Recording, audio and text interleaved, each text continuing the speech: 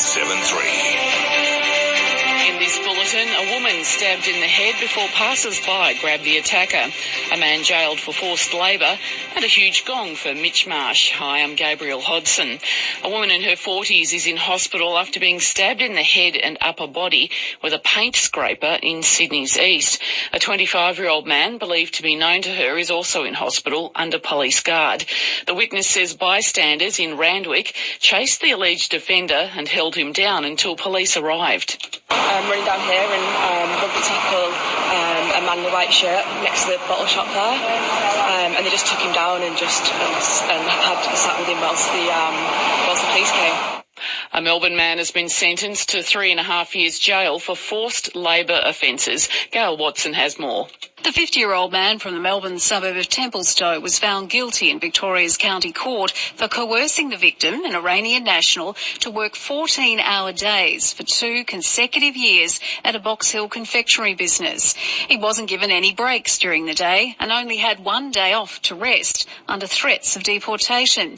The owner promised the victim he would help him to secure a visa to remain in Australia. The AFP also discovered the victim was not paid for his first 3 months of employment. In Melbourne, Gail Watson, 9 News. Police are appealing for help to locate a missing West Australian man, Matthew, whose car was found northwest of Melbourne.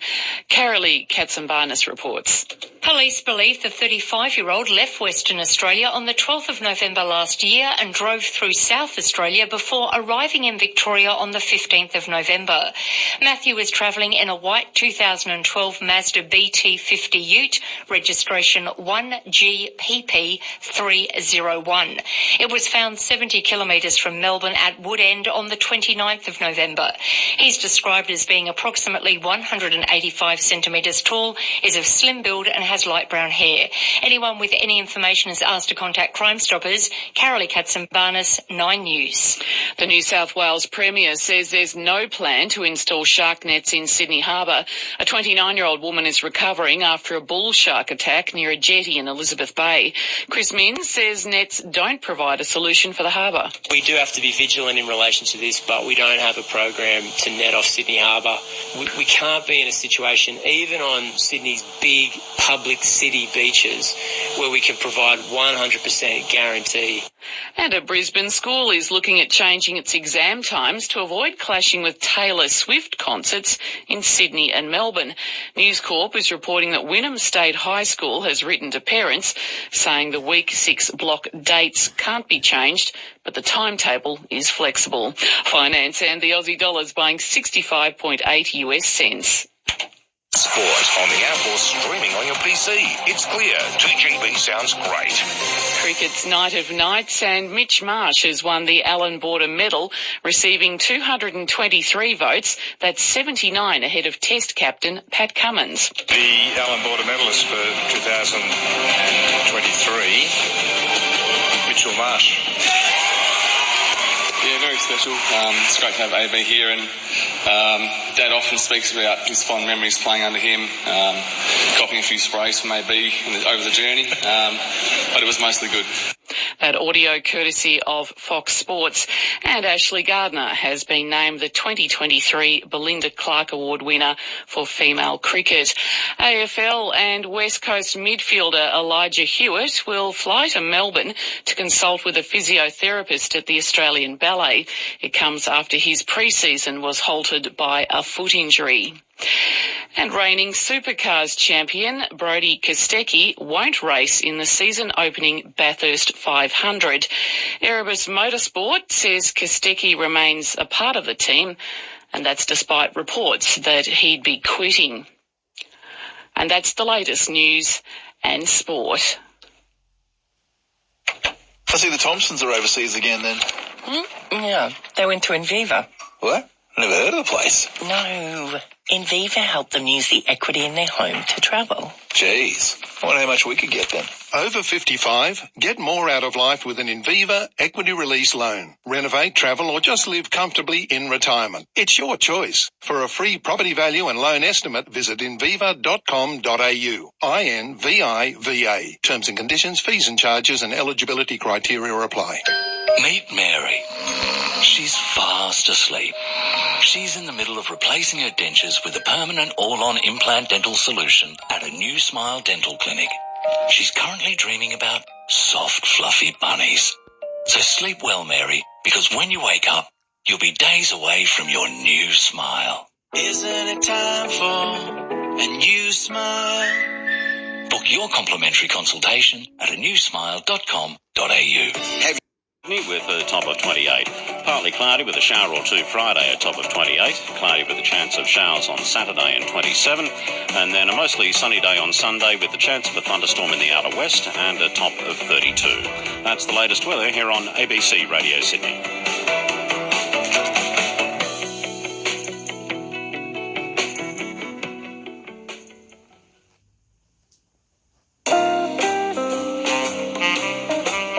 Palestinians in Gaza and to hit Israel's allies. But what else do they want?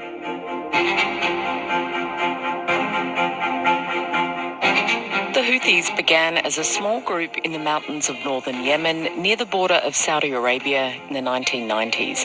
They gained followers as a resistance movement angry at the corrupt Yemeni government.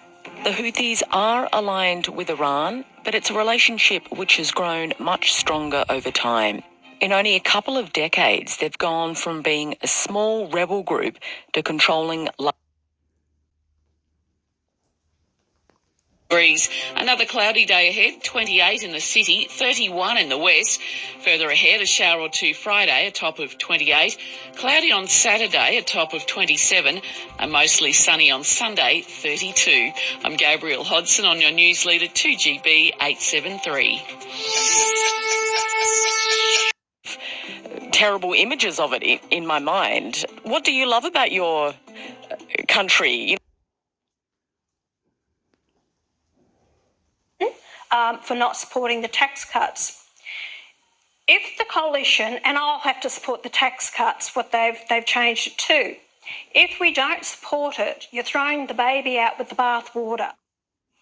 A man has been charged with murder in relation to the disappearance of a 23-year-old woman 10 years ago in Cohen in far north Queensland.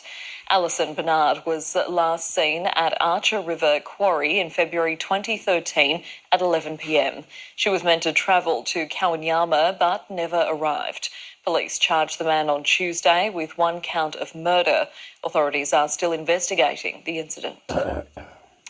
The Environmental Defenders Office is facing further calls for its funding to be scrapped after the federal court found it distorted and manipulated the views of Indigenous people.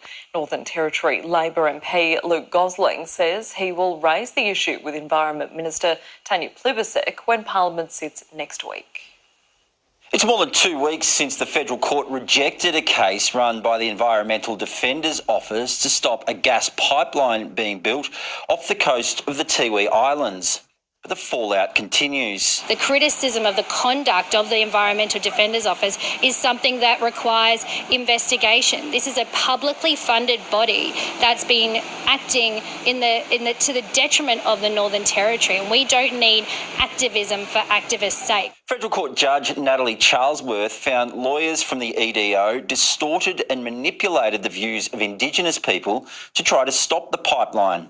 The Northern Territory Government is reviewing its annual funding of the organisation, worth $100,000. The move has the support of a federal Labor MP. I think there's a role for the EDO, but I think it's right to investigate it. I support the NT government looking at their contribution towards the EDO and seeing if the work that they're doing is appropriate. The opposition leader says the coalition will scrap the EDO's federal funding, worth $2 million a year, if it wins the next election. Luke Gosling says he will raise the issue with the Environment Minister. So you'll raise it with Tanya Plibersek? Well, I won't take any orders from Peter Dutton, I'll tell you that. Let's put Peter Dutton aside, though. I mean, let's just look at the issue. Is it something you think needs to be raised with the Environment Minister? There's a number of issues that I'll be raising with the Environment Minister when we get back, including the timeline for some decisions on Lee Point. No, but what about the EDO funding? Is that something you'll raise? Yeah, that'll be one of the issues that I'll raise with the Environment Minister. Any other questions?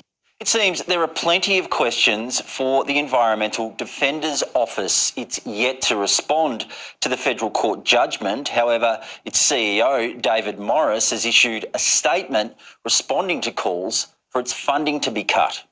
Our clients are grandparents concerned for younger generations, environmental charities acting for nature, community groups defending their local patch and First Nations people. Without our services, these people would be denied access to the legal system and to environmental justice. With Parliament to resume next week, the EDO is facing a fight on multiple fronts. Matt Cunningham, Sky News, Darwin. War veterans say a decision to allow a rock concert to be held in Sydney on Anzac Day is extremely disrespectful. The New South Wales Premier is vowing to shift the event to another day or location, costing the promoter hundreds of thousands of dollars.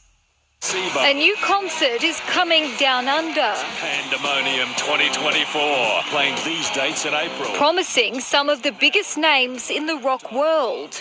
As the name suggests, the festival has created pandemonium among veterans who are outraged the Sydney show is set to be held on Anzac Day. I think it's disgraceful. I think it's extremely disrespectful.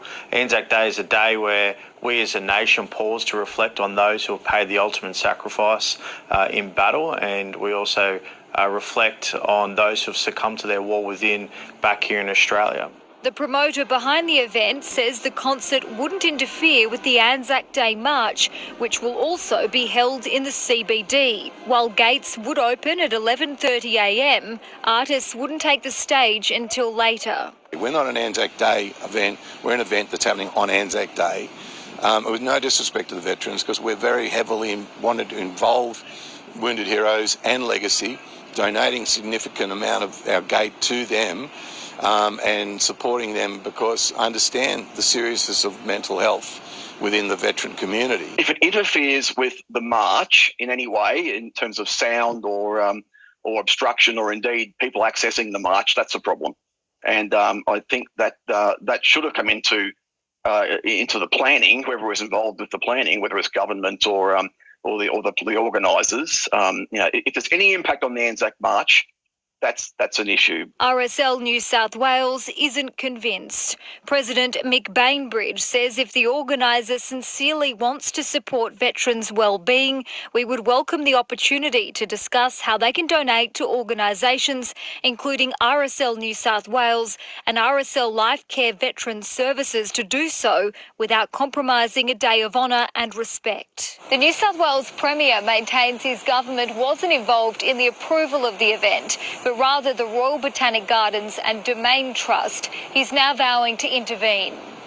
The New South Wales opposition argues the saga is a clear leadership failure by Chris Minns and his inept government, given the event has been advertised for weeks and reportedly in contract negotiations for months. You've got a situation where you've got sports entertainment up the road with the rugby league, then you've got music entertainment here, which, again, let's be honest, the musicians of this country have been on their knees since COVID, and we're trying to, resurrect an industry which is in a lot of trouble. The promoter says more than $200,000 has already been spent on merchandise and promotion. Julia Bradley, Sky News, Sydney. There's been a significant breakthrough in Melbourne's string of tobacco shop fire bombings. The man police believe is behind the operation has been charged. He's accused of being the ringleader of the tobacco war. Now he'll spend his second night behind bars. 25-year-old Majid Alabadi was arrested in Bundoora yesterday, along with his two alleged accomplices. Many of the people who are committing the arsons are very much at the bottom of a chain, and we're saying this person has direct contact with the person who is directing all the harm from overseas. Police say the Epping man is involved in the global syndicate responsible for the arson attack, with two Middle Eastern crime gangs battling to control the illegal vape and tobacco trade. It has been just chance that has not led to a death or serious injury. Detectives warn the arrest will only temporarily disrupt the kingpin, pulling the strings from overseas. It relates to a massive market worth millions and millions of dollars There is nothing that would show us that would stop this person from continuing to try and control that market. The Epping man has been charged with 4 counts of arson and extortion. Meanwhile, a 48-year-old Thomastown man was charged with firearms offences and handling stolen goods. The 40-year-old Campbellfield man was released. During the raid, nearly $1.6 million worth of contraband was seized. This underworld dispute has seen at least 31 businesses and properties firebombed since March. Detectives say the best way the community can help combat these attacks is to stop buying illegal vapes and tobacco products. Alabadi will face court again in May. Coming up on Newsnight, the Queensland Government announces hardship payments for flood victims. Those details next.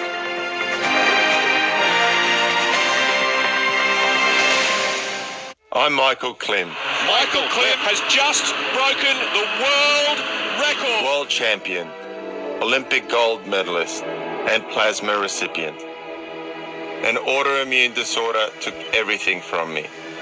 Plasma donors helped me get it back. Every day, countless Australians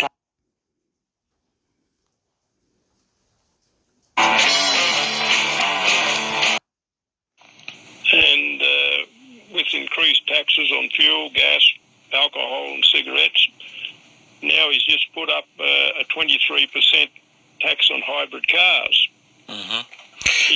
He's turned his back on our allies like Israel, Ukraine and USA, where he refused to give coal and the Taipan helicopters to Ukraine, which he destroyed and he buried, and not sending a ship to the Red Sea, which was requested by America, and I believe he's put in jeopardy the AUKUS deal along with the ANZUS treaty if Donald Trump ever gets in to be president.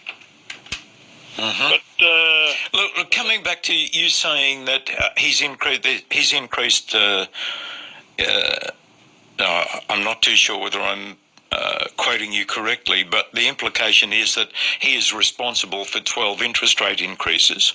Well, do you really think it's fair to blame Mr. Albanese or the government when it's the RBA that has done that? Well, it's the cost of living all over again. So if the interest rates go up if you don't cut government spending.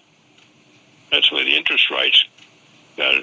And he's just spending all the time, and he's not cutting back. And that's where your interest rates rise comes from. That's when Scott Morrison was in power.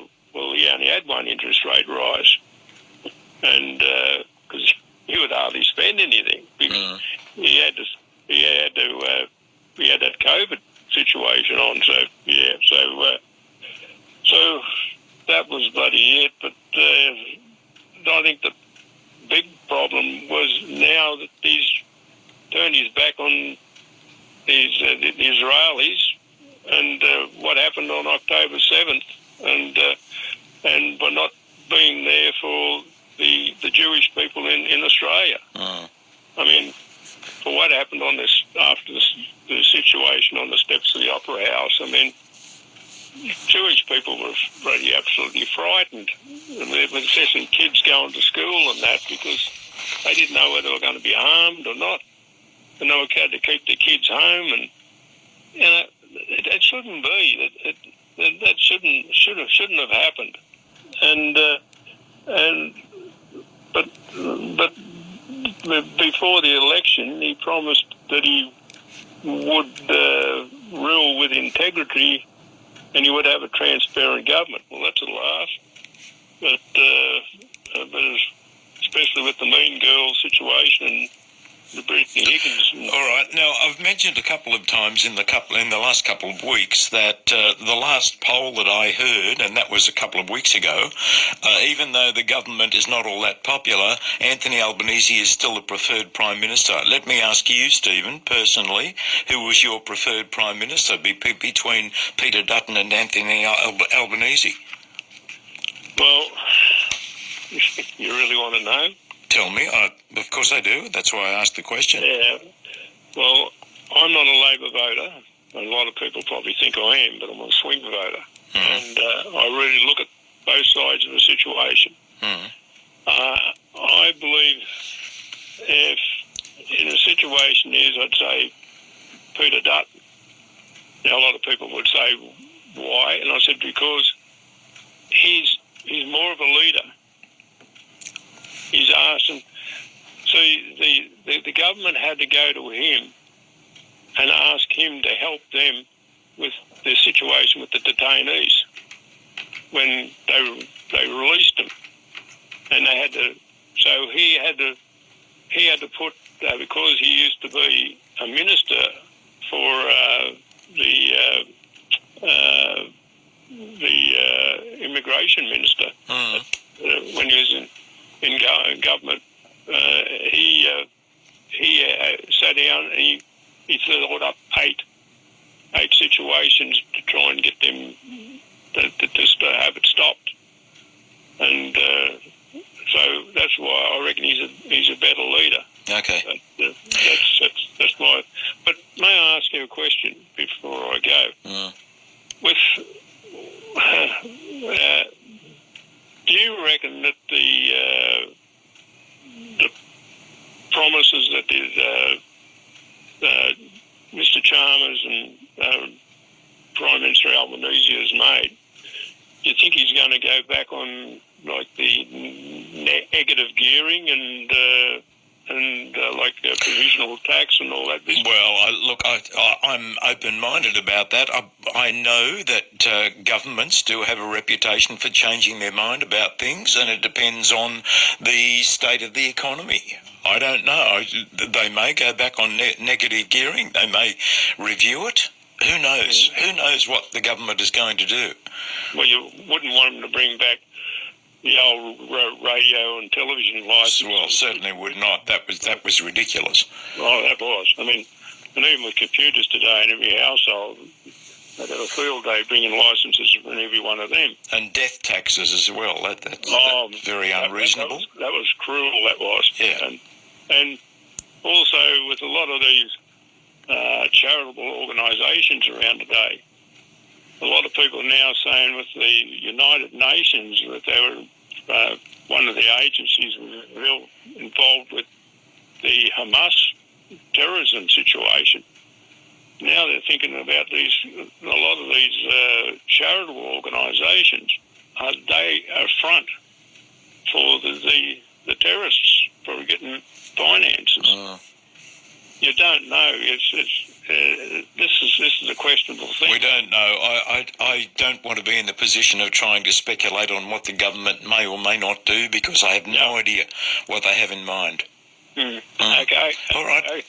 You have a good week, anyhow. Thank you, my friend, and thank you for saying I sound 40 years younger. If you'd heard me when I got out of bed yesterday afternoon, you'd have thought I sounded 40 years older.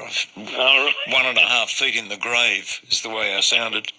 Okay, thank you. Bye. Summer nights has Sydney talking. So there's Donald Trump back in the news again, polarising person. He really is. He streaks ahead. Your shark is. There's no bones. Oh, really? No, sharks don't have bones. They only have cartilage. Well, I was going to say cartilage does it for them. Yeah. Okay. Yeah, and you can basically you take the head off, take the guts out, take the fins off. The rest is eatable. Bhutan had done one survey and recorded increase in the population of these animals, and now India has released the figures. Some experts are saying at the same level of you've got to do it all online pretty much. Yeah, you do. Yeah. Absolutely. Jayden, hello in Richmond. Good morning. Good morning. How are you going, Jayden? Yeah, really well. Say hello to Chris Foster Ramsey. Chris. Hi, Jayden. Good morning, Chris. How are you? Grouse, thanks. How are you? I am.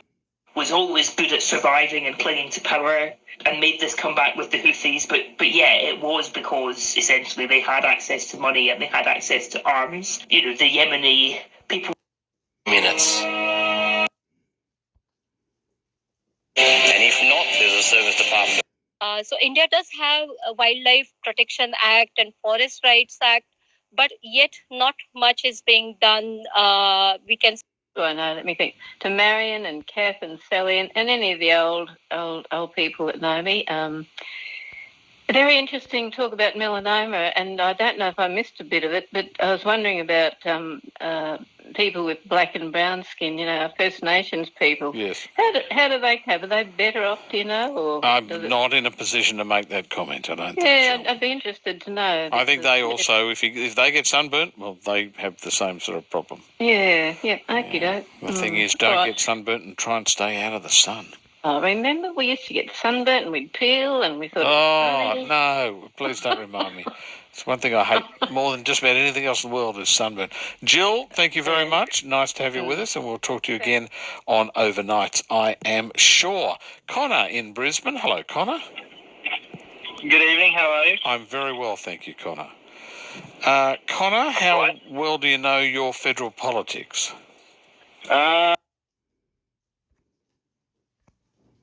Figures, particularly for reproduction.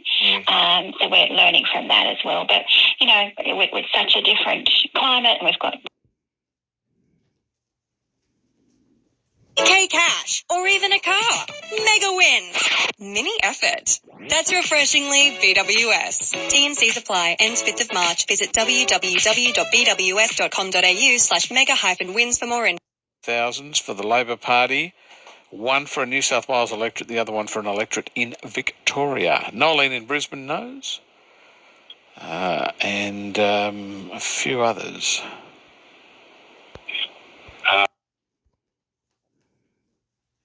What I have at the moment is, I'm not going to mention the bank, but there's a bank at the moment where basically all your spending if whatever is the nearest dollar, the difference will get put into a separate side account.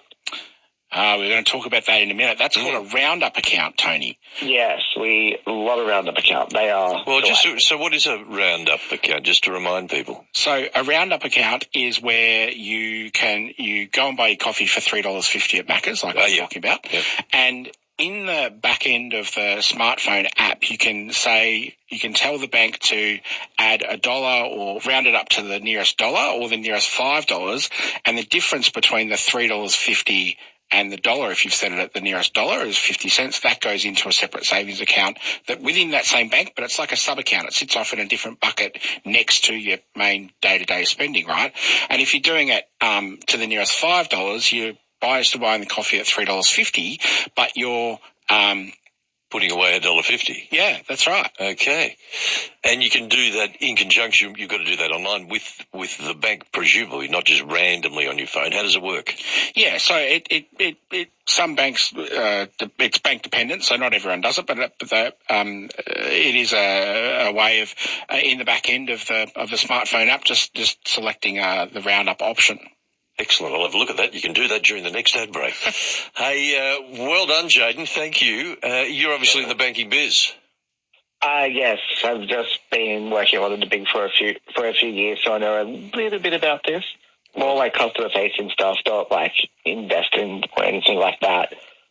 But you have to pick up on things. The bank. I must have said passport, a banking passport, and 2,300 people have texted through. It wasn't a passport, Tony. It was a passbook. Yeah. A subtle but important distinction. I want to call you out on it, but it's a passport. Thank you. Thanks for what you do, Jaden. Well done, Jaden. 133693 is the telephone number. I could do with a few more calls, people. 133693. Anything to do with lending and or spending. Just want to hear your stories by way of feedback. And they win the swimming and weightlifting competitions. Will says, Michael, Richie, you're talking about Richie Blackmore, long gave up on hard rock and purple and has been away with the fairies during his Renaissance music with his missus and drinking mead. Really. I saw Purple in 84 and early 2000s, but can't be asked to see them again. Too old to rock and roll, too young to die. Oh, that's a nasty interval there, Will. Too old to rock and roll, too young to die. I didn't think you were ever too old to rock and roll. I do love the Gang of Four from listening to the great John Peel, says Will. Thank you, Will. Glenn says Anne Margaret was unable to bear children, and this distressed her greatly. I didn't know that. I just remember her from back in the day, and absolutely brilliant. But this version is actually taken from the actual stage musical production, which is called Purple Rain. So it's actually a musical, right? Movie. So there's a lot of singing all the way through it. Purple Rain. I would have thought Purple Rain would have been associated with Prince. Yes, it does. Well, isn't there a movie called Purple Rain with Prince? Yes. And also there was a song that he did, if I remember rightly. Yeah. But the producers had the wonderful music producer Quincy Jones and Stephen Spielberg. And that's the 1985 version. No. This is this one. They're involved in this one as well. Oh, really? And Oprah Winfrey is actually involved. Yes. As a producer. Yes. Of this version. So, just by way of clarification, you mentioned Quincy Jones and Steven Spielberg. They were very much involved in the first production back in 1985. Spielberg directed, right, and Quincy Jones wrote a lot of the background music, and you're saying that they're still involved in this revival. Yeah, that's right, yeah. Oh, okay. Yeah, and of course the book, as you know, was written by Alice Walker originally, and it got an Oscar, the original one. I think this version could possibly get an Oscar as well. And the other one that I went and saw was Priscilla. Which is all about the early stage of Priscilla getting to know Elvis pre-marriage and leading up and shortly after the marriage. Yep.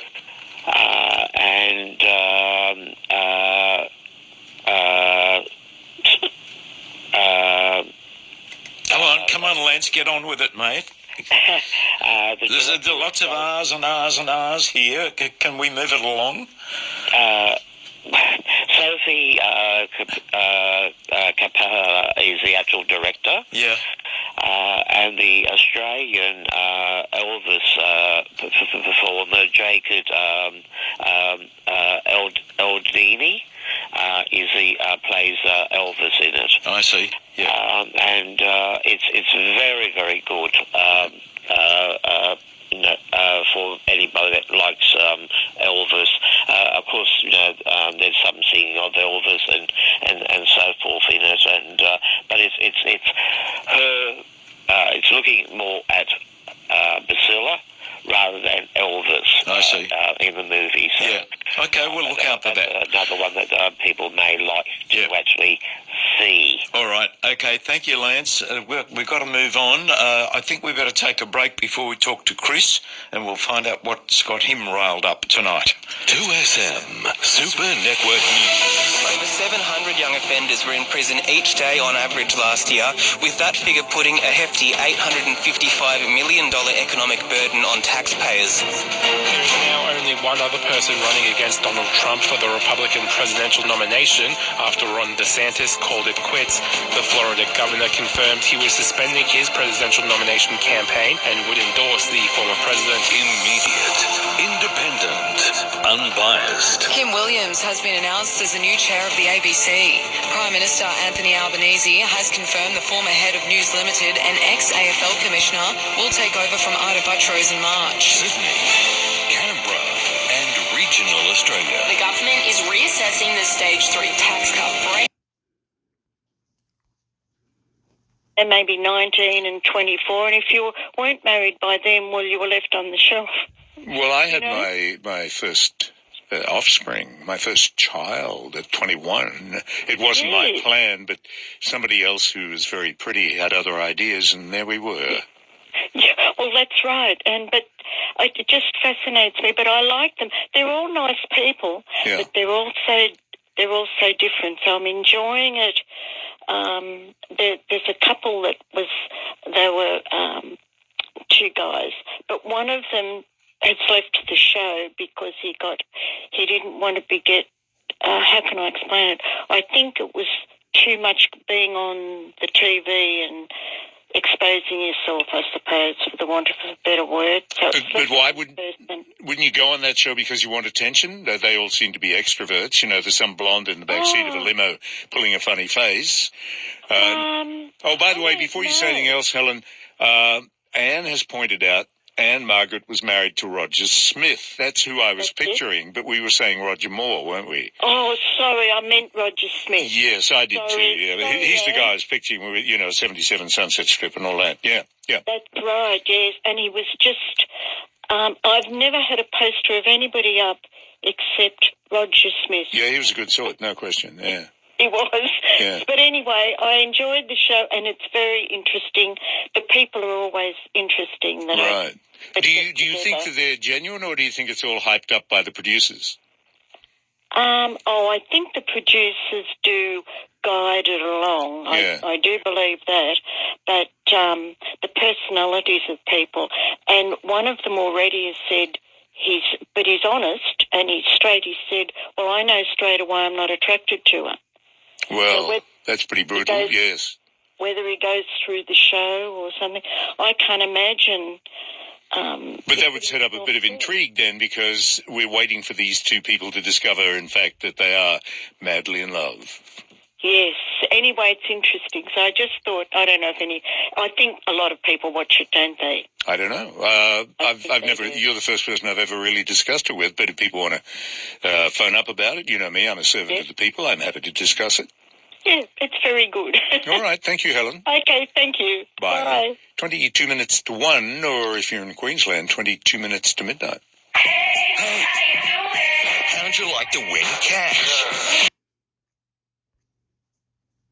Like, the hurricane just picked up just then. I apparently, and I said it with pride, the polyphagus shot-hole borer. Way of addressing that is, don't give us tax cuts, just force fuel, insurance companies, utilities, supermarkets, all of them, to reduce their prices. Now, how do you do that? How does government do that? Well, I think there was some concern with the fuel issue, but they didn't legislate to contain the price of fuel, I think, did they? They didn't legislate the price not to be risen when it was going through the roof, did they? You know, Gary? You're calling me Gary? You're calling me Gary. I'm a little confused. You said a couple of minutes ago you don't know if you got the wrong presenter. That was before I was speaking to... I was speaking... David, I was speaking to Gary before on this topic of the cost of living. Yes. And we got to this point where, how would governments do it? And I said, legislate it, because when you've got, what I find unacceptable, when you've got a product or a service and you are looking at a price, well, there's a certain amount you could put in there. You just can't make it whatever you want to, or exploit the market demand and make it whatever people will pay. Yeah. This was going on during the pandemic where, you know, those masks where they were charging up to $5 each or more, I think, $11. I had a whole box of them because I used to use them when I would brush cut my property. And I could have made a fortune out of selling those, you know, buying a pack for next to nothing and then selling it for $40 or $50. But people were willing to do that, and this is what we need to stop as to how far that goes on within the products that we buy, with our food, with our insurances, with government taxes, levies and charges, with council rates and the rest of it. I don't know, but if you, rather than giving us, my argument is this, excuse me, rather than giving us, or those taxpayers lowering their taxes or some reducing their taxes, just make the services, the products, the food, whatever, cheaper. how much are they making out of these things? I mean, if you look at your insurance bills, they've gone up by $100 or more this year. They went up by $100 or more last year. That's house insurance. And you've got to look at how do you cut that back? And here in Victoria, before we had the fires, there were many people living in the country whose houses got burnt down with the fires that started in Kinglake a few years ago, maybe a bit longer. But and they had no insurance, so the government now made it compulsory that you pay a fire services levy. And that fire services levy, I was paying it before, it was under $30. It was $26 or $27 a year. Now it's about $150 a year. So, you know, you've got, my argument is there. Cut back on the cost that our governments, that our utilities, that our supermarkets are charging us. You would have no clue. Like I've done a little bit of work on the internet looking at some of these Chinese products, and most of it's electronic stuff. And I look up some things, and you find out they're a fraction. Like the wholesaler will sell it to you for about $5, and the item then goes on the market at $160. Yeah. And I'm saying, and I'll tell you what, there's one company that I found out about, I won't name them, but I can, it doesn't matter, it's an American company, and they set up business, they've become the biggest TV seller in America, but they buy the TVs for a couple of $100 from various Chinese companies, they sell them in America, and even if you take it back, they'll give you another one. That's no big deal. They're only going to lose about $200, which is what it costs when they give you another one. This is their business model, and they're the number one television, what do you call them? They don't manufacture, they importer. So they're retailers. You're trying to say retailers, are you? Yeah, well, but I'm not sure whether they just sell directly or, but I presume they sell directly. The company's Vizio. Look it up and see what you dig up on that, because so they're retailers. You're trying to say retailers, are you? Yeah, well, but I'm not sure whether they just sell directly or, but I presume they sell directly. The company's Vizio. Look it up and see what you dig up on that, because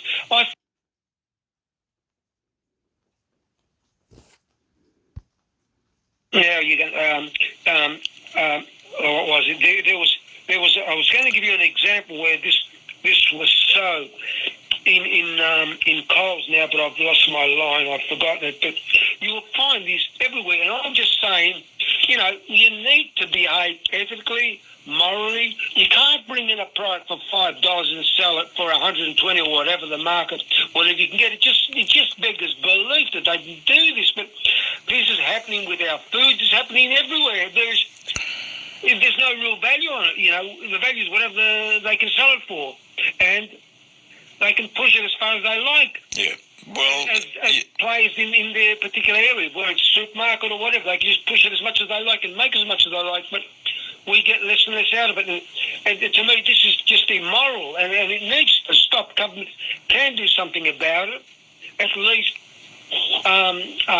to indicate to these businesses that they are ripping us off. Okay, all right. Thank you, mate.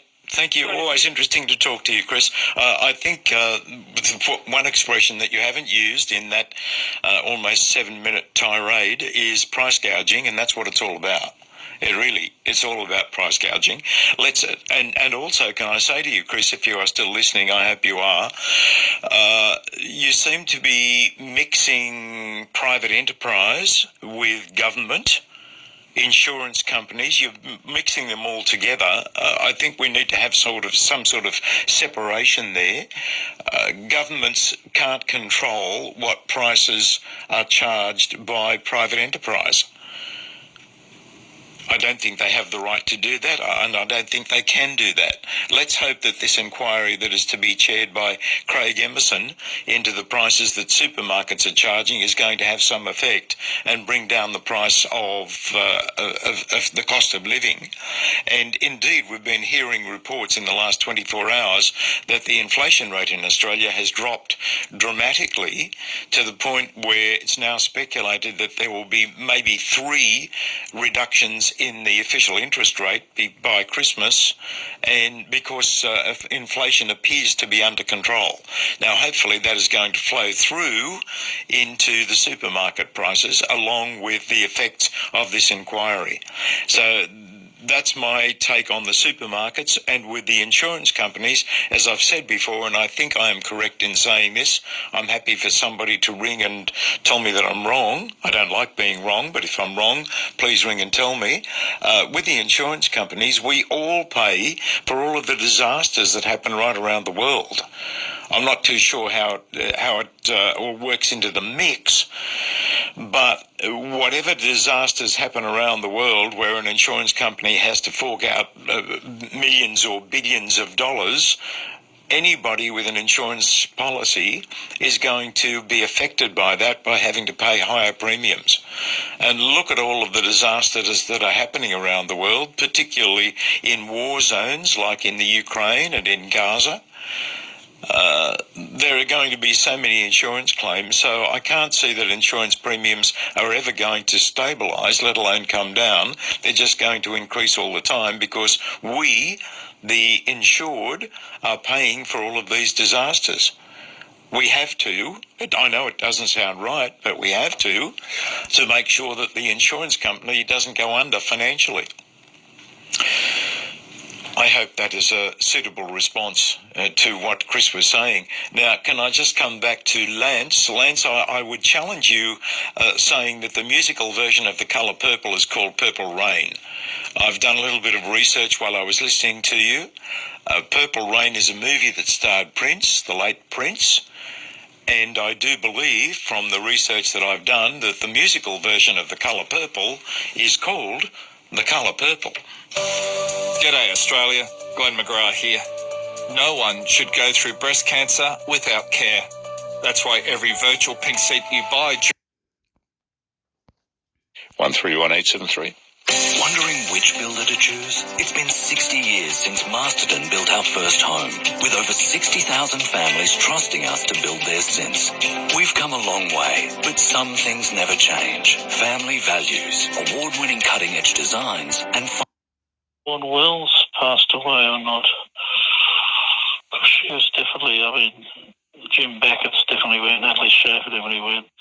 Alan Hale Jr. went, Bob Denver's gone. I think Russell Johnson went. So that leaves, I think Tina Louise, is she gone? I can't remember. So I reckon it's going to be either Dawn Wells or Tina Louise.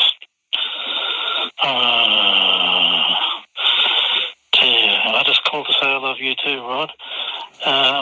All love gratefully received.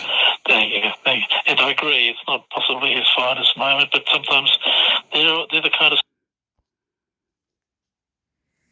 To work for the National Bank. Was it national? Maybe. Well, I didn't go national. It was unless I've missed. I'm Michael Klim. Michael Klim has just broken the world record. World champion.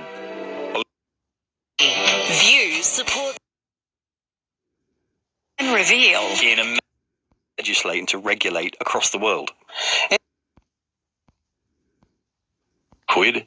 Mum and Dad insisted that we took out was a Christmas club back in the day. I don't know whether they still exist. Yeah, they still have Christmas. They still have Christmas club, and let me tell you, a kid working in Myer in the shirt department is far better than working in a chicken shop cleaning the mincer in the afternoon, especially on a summer's day. Yeah.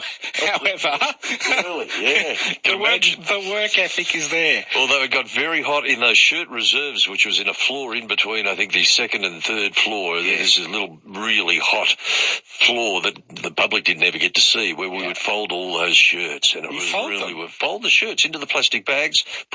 Turns 90 in a couple of weeks' time, February the 11th. Yeah, and Alan Hale Jr. was the first to go. He went before Jim Baker. No more meetings with bank managers. No. To help us with our ads. When I'm really busy. He means overseas. Or in a meeting. He means F. The best friend. On Laws. Weekdays from 9 to SM.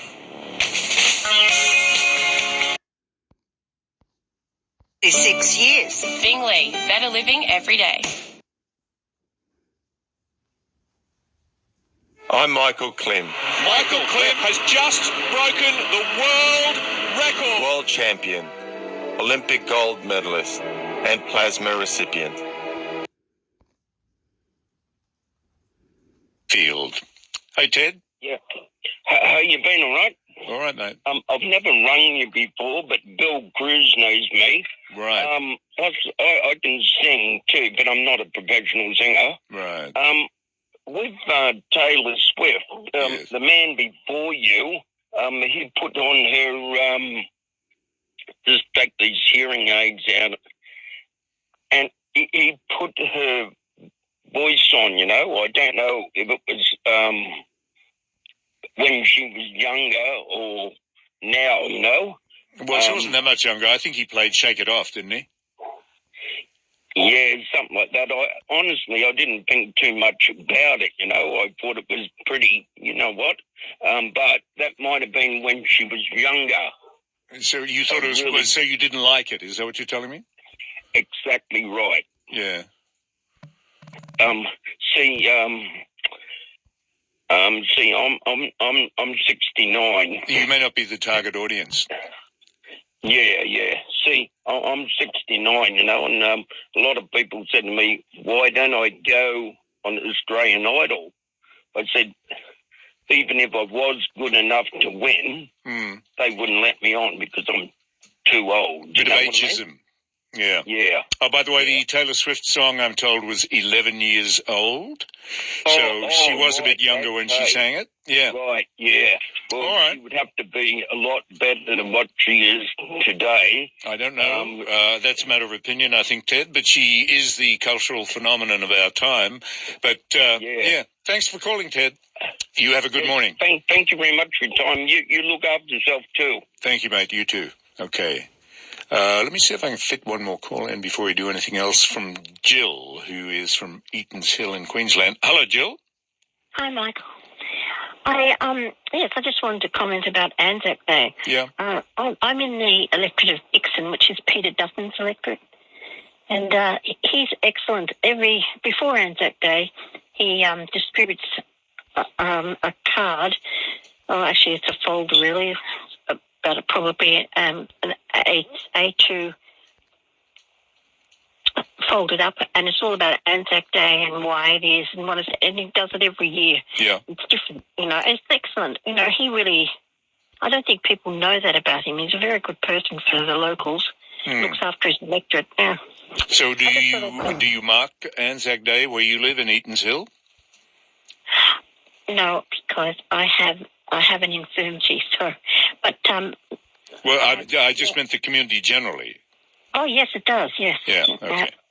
And they have a ceremony, and Peter Dutton always attends. I think he attends more than one. But, I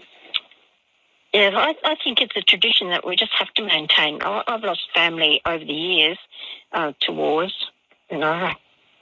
I think there's been 5 of my family, you know, grandfathers, brothers and uncles who have died in the First and Second World War, and lost a cousin in the Vietnam War. Yeah. My grandmother has now passed on, but Anzac Day always meant so much to her because she had a son who we think was only like 21 when he got killed in the jungle somewhere. But, our family's like that. My old man was a rat at Tobruk. He was at El Alamein. The one that seemed to really unhinge him was fighting at Tarakan. But, he copped some shrapnel, actually, now that I'm on this. That's why I'm here today, on account of the shrapnel that he copped. Because, oh, really? Yes, because the pretty nurse who nursed him somehow or other got pregnant with me. And code of the West, they had to get married. And here I am. Well, that's lovely. That's a lovely beginning. You're a love baby. Oh, it's very yes, nice. I love baby. Yes, of course, if you didn't get married in those days, they called the baby something else. Not that I haven't been called that over the years, but perhaps for different reasons. I like that. I think there's a lot of people who really want to acknowledge and contribute to Anzac Day still. Oh, there are. Yeah, you bet. The marches are always full, and my father was in the Second World War. He was in the Air Force, and he lost his youngest brother, who was also only 21. Yeah. And he was killed in Darwin when an unexpected Japanese some planes flew over and shot them, and they were, trying to save the planes outside, and he was shot. Okay, and, that's what happens. Yes, and my father, my grandmother was terribly distraught. I'm sure. She lived in Dalesford in Victoria, and the telegram at the door. Yes, nobody wanted to get the telegram. Jill, I thank you for painting that picture, but I got the wind up. I got to go, but thank you for ringing in. That's okay. Thanks. Lovely talking to you. You too. ABC Listen. Podcasts, radio, news, music, and more. In 1938, a group of researchers at Harvard University set out to understand scientifically what makes humans happy. Beginning with a group of young men in Boston. ABC Listen. Podcasts, radio, news, music, and more. Adele Dumont is a writer. Her first book came out of her experience teaching English to incarcerated in that world for at a time. So in the first year of uni, which was, one of the worst. ABC Listen. Podcasts, radio. Journalist, and he was there at the right time when these terrible massacres happened, and he was able to write about them. So in 1988, you were posted to Africa for the New York Times. Tell me about the little interesting bit of preparation you did with Ray before you went to Africa as a bit of a get-out-of-jail card. So there wasn't much preparation going to Africa, but, we weren't quite sure about several things.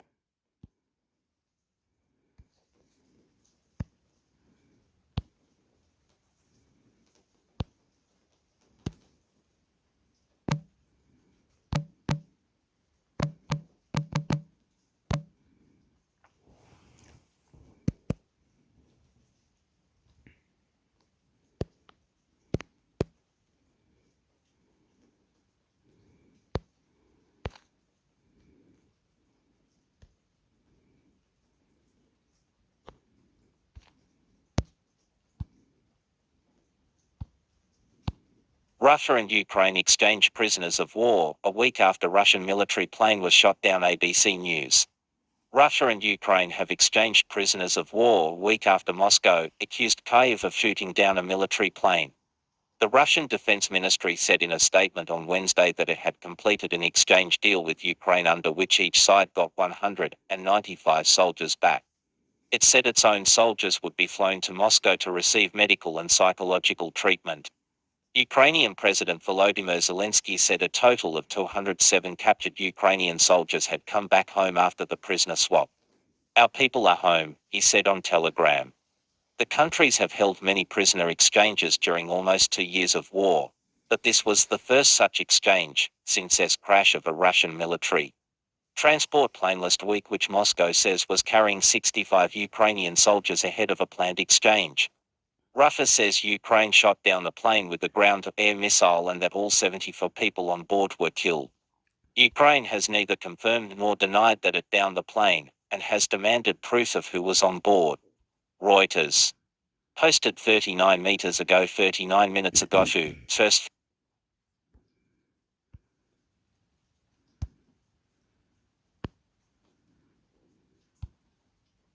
Bob Brown claims huge win after judge orders logging suspension in area of Tasmania purportedly home to rare Swiss parrot, ABC News. In short, a judge has ordered the suspension of forestry in an area of Tasmania purportedly home to the critically endangered Swiss parrot. The Bob Brown Foundation applied for a stop to forestry activities while alleging a permit was illegally approved by the state authority. What's next? The foundation is waiting for its case to be heard in court, with a date yet to be set. Veteran environmentalist and former Greens leader Bob Brown is claiming a huge win after a judge ordered the suspension of forestry operations in an area of Tasmania purportedly home to the rare Swiss parrot. Drive Brown's foundation is challenging the legality of logging at a forestry coupe in the Huon Valley south of Hobart. The foundation alleges a forestry permit was illegally approved by the state authority despite evidence critically endangered Swiss parrots lived and had nesting habitat in the coupe.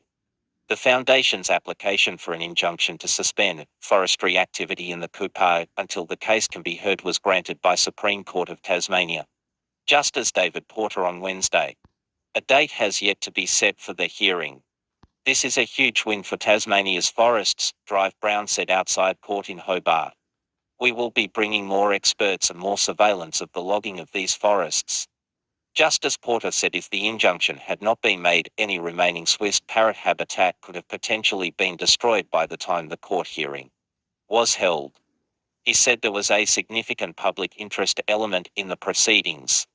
Under the Forest Practices Plan for the coupe, which was approved in late September, any evidence of Swiss parrots or their nesting sites must be immediately reported to the Sustainable Timber Tasmania officer on site. Tree selling within 500 metres of the sightings must immediately cease until the evidence is assessed. The plan also sets aside exclusion areas deemed potential Swiss parrot habitat. ARP. More Tasmanian Stirishell. Devil Death. It breaks my heart, orphan devil Joe is found wandering notorious Roadkill Road. A wildlife carer has counted more Tasmanian devil death on a notorious stretch of road in the 6 months since the speed limit was reduced than over the same period in previous years. Support rally. Convicted killer Susan Neil Fraser greeted supporters, but there was nothing she could say.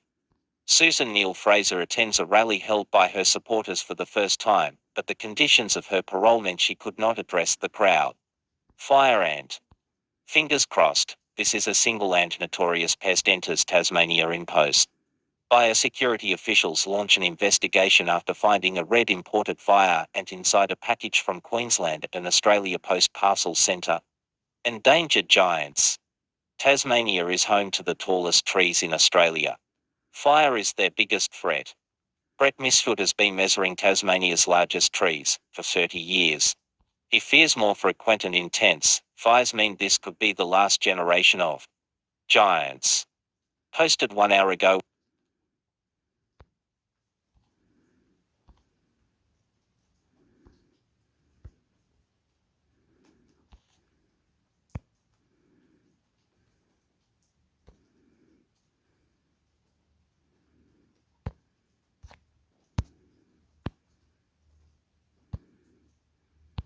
Cameron Smith exits Queensland State of Origin assistant coaching role, replaced by Matt Boleyn. ABC News. Queensland State of Origin great Cameron Smith has stepped down from his assistant coaching role for the Maroons for 2024. As the team gets ready to attempt a hat-trick of series wins. State of Origin. Recent series. 2023 Queensland to 1 New South Wales. 2020 to Queensland to 1 New South Wales. 2021 New South Wales to 1 Queensland. 2020 Queensland to 1 New South Wales. 2019 New South Wales to 1 Queensland. In a statement on Wednesday night, the Queensland Rugby League confirmed that Smith would not be part of the Maroons setup for the 2024 series, to be replaced by Matt Boleyn. Smith, who played 40 State of Origin games for Queensland and was part of 11 series wins, joined as assistant coach when Billy Slater took over for the 2022 series. The coaching group of Slater, Smith, Jonathan Thurston and Josh Hannay had immediate success, winning the 2022 and 2023 Origin editions. Slater paid tribute to Smith's work with the team over the past 2 seasons. I don't know if there's anyone who has contributed more to the Queensland Origin team than Cam Smith, Flater said. I'm extremely grateful for his contribution over the last 2 series. He's done an incredible job which I've seen firsthand inside the camp with all the players and coaching staff. Smith thanked Flater and the Cure for his time working with the team. It's been a fantastic 2 series working with quality players. They're quality people to work with and they certainly helped me as a rookie assistant coach, Smith said in the statement. I was lucky enough to represent the jersey many times, but to experience it from a different lens as a coach. And being able to watch this new generation play the way they did and represent the state in the manner in which they did was highly rewarding. Smith said he would remain involved in rugby league in Queensland through community football and his media work. This year I've decided to coach at grassroots level at the Currumbin Eagles, he said. I feel it's really important to get back to grassroots level because that's where our next generation of players come from and I remember all the way back to my junior days playing at Logan Brothers and just how important coaching is at that level. Slater welcomed the entry of Berlin to the coaching staff. A former Manly and Wests Tigers player, Berlin played 220 NRL games and 1 Origin game for Queensland in 2010. He played his junior football for Kingaroy.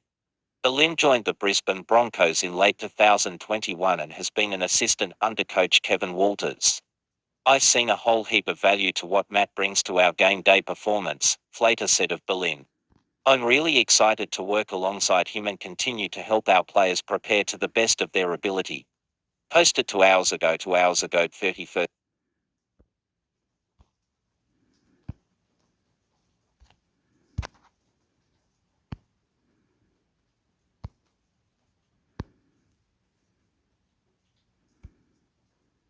Bulk bill GP appointments rise, but access remains a challenge. ABC News. In short, the rate of GPS bulk billing has increased by 2.1% in the first 2 months since the federal government tripled the Medicare incentive. The increase has benefited regional Australians more than those in the cities. What's next? The opposition is calling on the government to do more to fix workplace issues for GPS. Disadvantaged and regional areas have recorded among the highest increase in bulk billed GP appointments since the government tripled the Medicare incentive in November, but for those who don't qualify, the cost remains a significant barrier. The Albanese government used its 2023-24 budget to announce $3.5 billion to triple the bulk billing incentive for children under 16, pensioners and concession card holders. The figures for the first 2 months of the policy, which took effect in November, saw a 2.1% increase in the rate of GP bulk billing or an extra 360,000 GP appointments. That's just under 6,000 extra sessions per day for a population of more than 27 million. Health Minister Mark Butler said regional areas had seen some of the highest number of additional bulk billed sessions. Most of those increases have been seen in regional Australia, where it's often particularly difficult to see a bulk billed doctor, he said. In areas like Tasmania, which had some of the lowest bulk billing rates in the country, we've seen an increase of almost 6%, 5% in regional Vic and 5% in the central coast of New South Wales, which also had low bulk billing rates. I hope this is the beginning of a real turnaround in bulk billing behaviour. Consumers Health Forum Chief Executive Elizabeth Devaney said anecdotally there had been a positive impact in regional Australia, but metropolitan areas were yet to benefit as much. She also held concerns for those not eligible under the new scheme. I think generally Australians really value the idea of being able to see their GP and not having to put their hand in their pocket, she said. And as the out-of-pocket costs increase, they are a deterrent. The danger, of course, is that people don't get the healthcare they need when they need it. Drive Devaney said she had heard from patients who couldn't afford to see a doctor in amongst the other cost of living pressures they were under. We hear from people who say, I just can't afford my mortgage and my medication, or I can't afford to the doctors and also take my kids, so I take my kids and go without, she said. Another couple decided they couldn't both afford to go to the doctors, but they were both unwell, so one went, had a consultation, got a medicine, and then they shared the medicine and assumed they had the same problem. November's tripling of the incentive did not change the gap patients have to pay, but rather made it more affordable for doctors to bulk bill. For standard consultations, the incentive rose from about $6.85 to $20.65 in city areas, and from $13.15 to $39.65 in remote locations. Mr. Butler said the change would have flow-on impacts for prices. Increasing those incentives as substantially as we did in our May budget should also take more pressure off general practice. Pressure that is driving gap fees up for those who aren't covered by bulk billing incentive arrangements, he said. Australian Medical Association President Steve Robson said the data was encouraging. We do know from the claims that are made to Medicare that there has been not only an arrest in the fall in bulk billing rates, but a slight increase. And this has really been quite noticeable in very disadvantaged areas. Of course, what we all want is the most vulnerable and disadvantaged Australians who have health problems to have access to care, he said. But Shadow Health Minister Anne Ruston called on the government to do more to fix workforce issues too. We simply don't have enough doctors, enough general practitioners, to be able to meet the demands of a community. Which is why we are seeing an increase in fees, she said. Senator Ruston said the government needed to provide greater incentive to medical graduates to choose general practice as a speciality, fast-track international doctors, and better incentivize already practicing GPs to stay in their role and work as many hours as they are able to.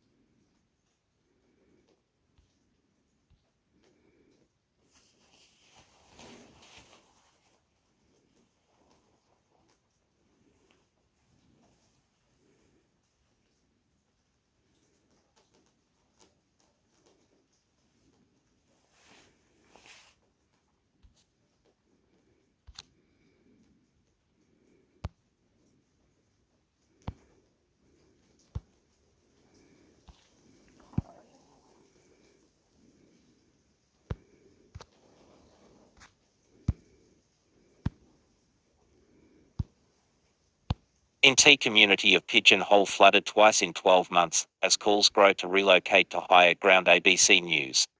In the aftermath of the latest flood to inundate her outback community, teacher Anne Pollock went to check on the state of her beloved workplace, the Pigeonhole School. This time around, it had managed to avoid serious devastation. Less than 12 months earlier, however, the same building wasn't so fortunate.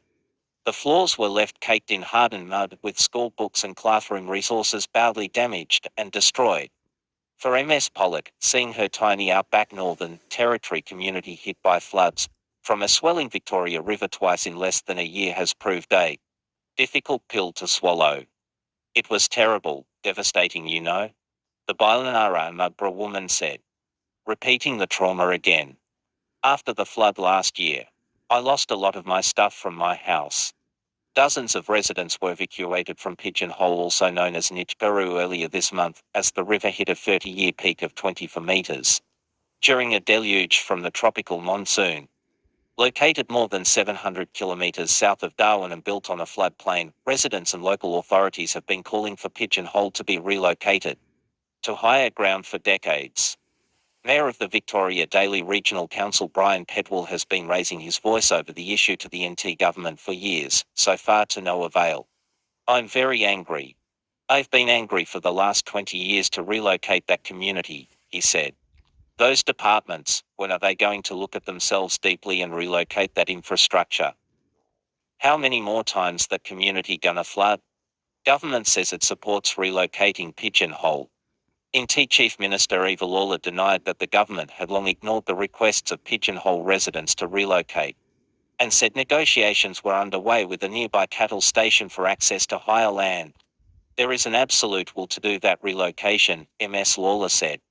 These things cost money, and it is moving a whole community, and you know, there are people that have lived there for a very long time. She didn't commit to a firm timeline and said there could be compensation involved with the move. With the pastoralists, you know, there will need to be land, that'll be excised. It might involve compensation. And then it will be around that process of moving, she said. Founded by Australia's first billionaire, Robert Holmes A Court, Heytesbury Pastoral owns the Victoria River Down station next to Pigeonhole. Station General Manager Rusty Richter said the station had no objections to excising part of the station land for the town, but that they'd received very little information from the NT government. Heytesbury's got no objections to it. We're happy to negotiate with them and talk to them to work in with the elders and government officials, Mr. Richter said. He said while the company had entered into discussions with the NT government and Northern Land Council NLC over excising part of their land, he was now awaiting the next move from government. From our side of it, we've replied to the government, he said. The ball's in their court. The NLC has also voiced its frustration over the slow pace of negotiations. Part of the reason for not moving sooner, the government says, is because in previous years, some Pigeonhole residents have said they wanted to stay where they are. I think with anything, you'll find that there'll be people who don't want to move, MS Lawler said. But it is an ongoing conversation. I think the flood last year. They hadn't had a flood for a long time, then this second one is probably now making people think very carefully around the situation they are in. MS Pollard was among residents who told the ABC there was now unison within the community about wanting to move to higher ground. Footage shows accommodation flooded. Less than 12 months since the Victoria River last broke its banks, the temporary accommodation that had been trucked in for workers helping to rebuild the community was this month inundated. Over the past year, the NT government has spent more than $11 million repairing and replacing flood-inundated homes in the communities of Pigeonhole, Kalkarinji and Dagaragoo.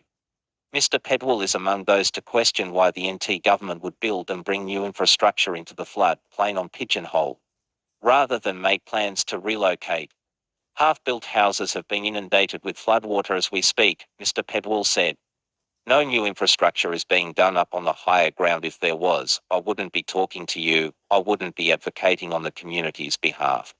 Daringi leader Rob Roy described building the homes in Pigeonhole as money down the drain every year.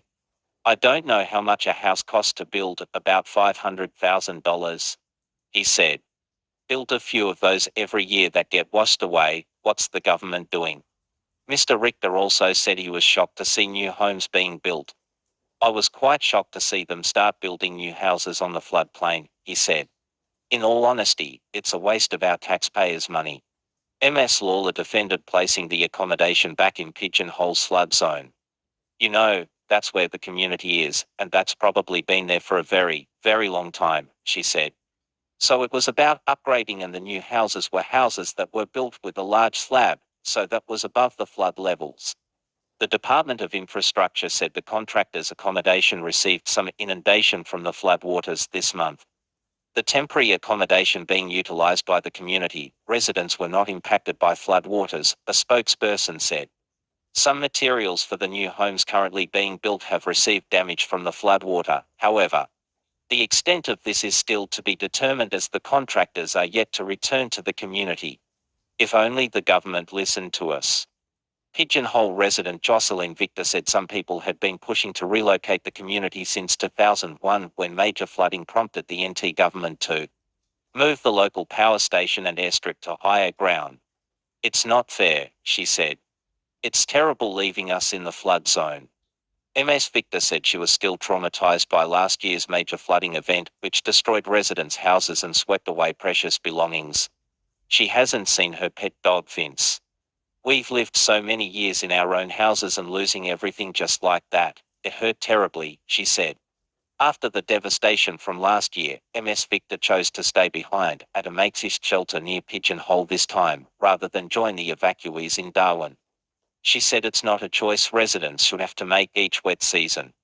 It would make it easier if the government moved the school, the shop and the clinic up to higher ground and the housing instead of sending people away from their home, she said. If only the government listened to us instead of pouring more money into building houses down there. The future for our younger generation isn't looking good if the government keeps building houses in the flood zone area. MS Polyp also chose to stay behind at the shelter near Pigeon Hole during last week's flooding. She said all the residents agreed the community should move to higher ground. We've been screaming out to move to higher ground since the floods of 2001, she said. Watch 7.30, Mondays to Thursdays 7.30 p.m. on APIVU and ABC TV. Contact 7.30. Do you know more about this story? Get in touch with 7.30 here. Posted 17 hours ago, 31st January 2024 at 7:25 a.m. Updated 9 hours ago, 31st January 2024 at 3.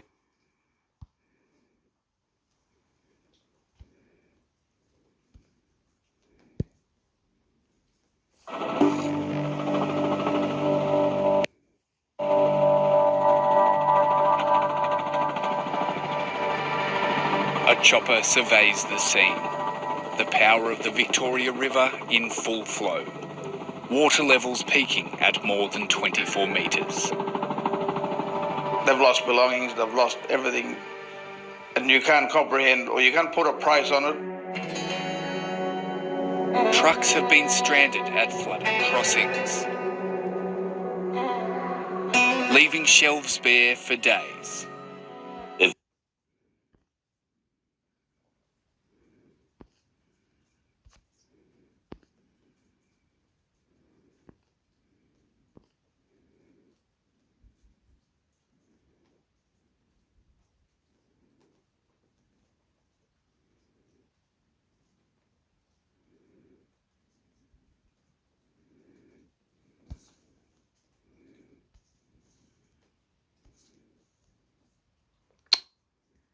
What are you doing, dickhead?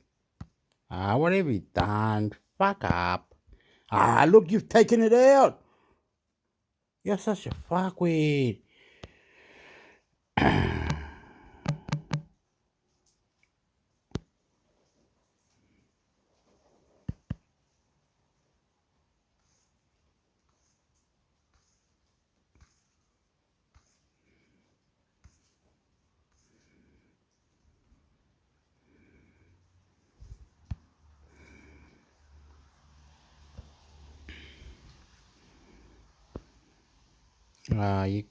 There's something wrong. You're doing it silly.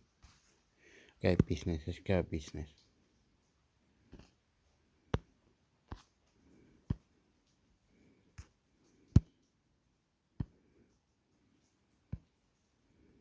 Elon Musk's unfathomable $84 billion Tesla pay package voided by Delaware judge. ABC News. A judge has ruled that Elon Musk's record-breaking $56 billion $84 billion Tesla pay package could be voided, calling the compensation an unfathomable sum that was not shared to shareholders. Cassie McCormick of Delaware's Court of Chancery found package was negotiated by directors who seemed beholden to their headline, making CEO and the promise of allowing him to share in the company's enormous growth. Swept up by the rhetoric of all upside, or perhaps starry-eyed by Mr. Musk's superstar appeal. The board never asked the $55.8 billion question, was the plan even necessary for Tesla to retain Musk and achieve its goals? She wrote in her 201-page opinion. The ruling, which can be appealed to the Delaware Supreme Court, swept away the largest pay package in corporate America.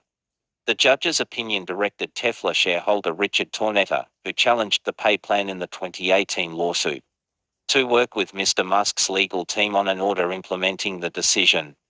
Good day for the good guys, an attorney of his, Greg Varillo, said in an email. An attorney for Mr. Musk and other Tesla defendants did not immediately respond to an email seeking comment. But Mr. Musk reacted to the ruling on X, the social media platform formerly known as Twitter that he owns, by offering business advice. Never incorporate your company in the state of Delaware, he said. He had moved X state of incorporation to Nevada from Delaware after his purchase. He later tweeted, I recommend incorporating in Nevada or Texas if you prefer shareholders to decide matters, and then posted a poll asking if he should change the company's state of incorporation to Texas, home of its physical headquarters, with 90% of 250,000 users voting yes in an hour. Tesla's agreement with Mr. Musk contributes a significant part of his fortune, which is one of the world's largest. Forbes magazine estimates it to be $210.6 billion, just ahead of LVMH Moet, Hennessy Louis Vuitton, CEO Bernard Arnault of France and his family. The incredible size of the biggest compensation plan ever and unfathomable sum seems to have been calibrated to help Musk achieve what he believed would make a good future for humanity, Judge McCormick wrote. Mr. Musk testified during the compensation trial in November 2020 that the money would be used to finance interplanetary travel. It's a way to get humanity to Mars, he testified. So Tesla can assist in potentially achieving that. Tesla directors argued during a week-long trial that the company was paying to ensure one of the world's most dynamic entrepreneurs continued to dedicate his attention to the electric vehicle maker. Antonio Graces, Tesla director from 2007 to 2021, called the package a great deal for shareholders because he said it led to the company's extraordinary success. Mr. Tornetta's lawyers argued the Tesla board never told shareholders that the goals were easier to achieve than the company was acknowledging, and that internal projections showed Mr. Musk was quickly going to qualify for large portions of the pay package. They also argued the board had a duty to offer a smaller pay package or look for another CEO, and that they should have required Mr. Musk to work full-time at Tesla instead of allowing him to focus on side projects like SpaceX and X. The package grants stock option awards, allowing Mr. Musk to buy Tesla stock at heavily discounted prices as escalating financial and operational goals are met. He must hold the acquired stock for 5 years. Mr. Musk qualified for all 12 tranches or performance targets in the plan. He was not guaranteed any salary. The ruling will put the spotlight on Tesla's next round of compensation negotiations with the CEO. Mr. Musk said in a post on X in January that he was uncomfortable leading Tesla unless he had 25% of the voting control. The billionaire owned about 13% of the company at the time. Tesla's value ballooned to breezily top $1 trillion in 2021 from $50 billion when the package was negotiated. Amit Bitishat Equala, an executive pay research firm, estimated in 2020 that Mr. Musk's package was about 6 times larger than the combined pay of the 200 highest paid executives in 2021. In July, Tesla's directors agreed to return $735 million to the company to settle shareholder allegations brought in a separate lawsuit filed in 2020 that they overpaid themselves. The lawsuit challenged options that were granted to directors starting in June 2017. Reuters Flash app posted 13 hours ago, 31st January 2024 at 12:20 p.m. updated 12 hours ago, 12 hours ago.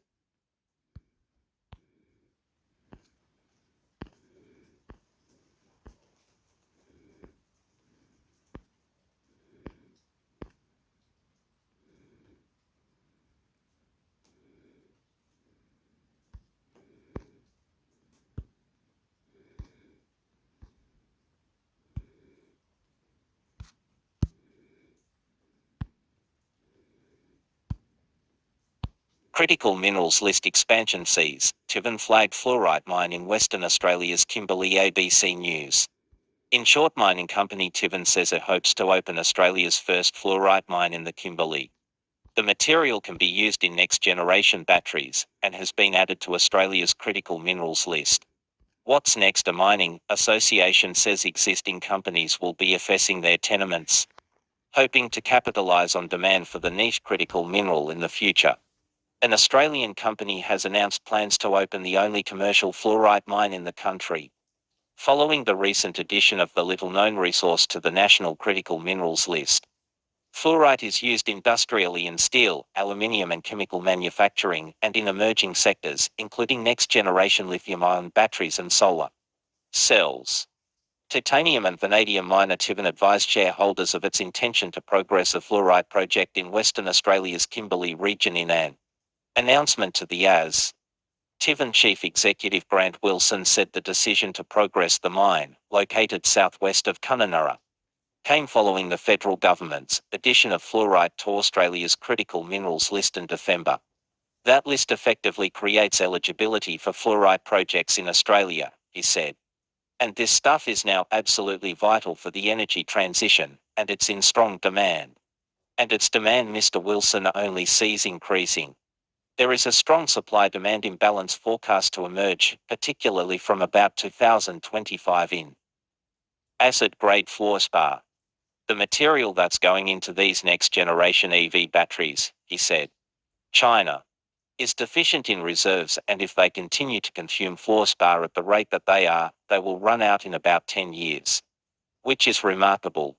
Fluoride production currently only occurs in China, Mongolia, Mexico and South Africa. Tivan will now conduct a project feasibility study to assess the technical and economic feasibility of a mining and processing operation targeting the high-grade component of the Kimberley deposit, the as announcement read. Adjusted critical minerals list. When Neil van Drunen, acting chief executive of the Association of Mining and Exploration Companies AMEC, for fluoride had been added to the Australian critical minerals list in late 2023, he was unaware of its significance. To be completely honest, I had to dig into my periodic table to find it, he said. AMEC was expecting nickel and copper to be included to the critical minerals list, but they included fluoride and arsenic. We then had a conversation with the Minister's office and found it is critical in the sense that it is in desperately short supply and Australia doesn't have any fluoride mines at the moment. Mr. van Drunen said many mining companies were taking stock of their own deposits to see if they could make opportunistic decisions, like Tivan. I know a lot of companies went back to their tenements and ran the numbers, because there's an obvious advantage to mining a critical mineral in Australia, he said. As big as lithium. With Felicium market struggling, University of Western Australia resource economics professor Alan Trench said, while some might hope fluoride would offer the next minerals boom, it wasn't that simple. I wouldn't say it will ever become as big as lithium, Professor Trench said. Western Australia has been a fantastic success story in ramping up to almost half the world's production of lithium, and we've probably ramped up a bit too much, and that's what's driven the prices down recently. Fluoride is more of a niche market that wouldn't grow to the same size of lithium potential, but it's a perfectly good niche industrial minerals market. Get our local newsletter, delivered free each Tuesday.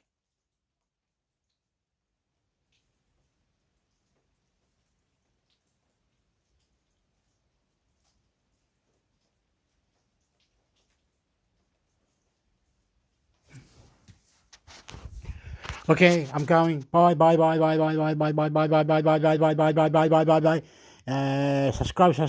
Australia, Australia, Australia, Australia, Australia. Love you. I love you. YouTube, Facebook, Google, Sex, love. I love you. Look for me. Subscribe.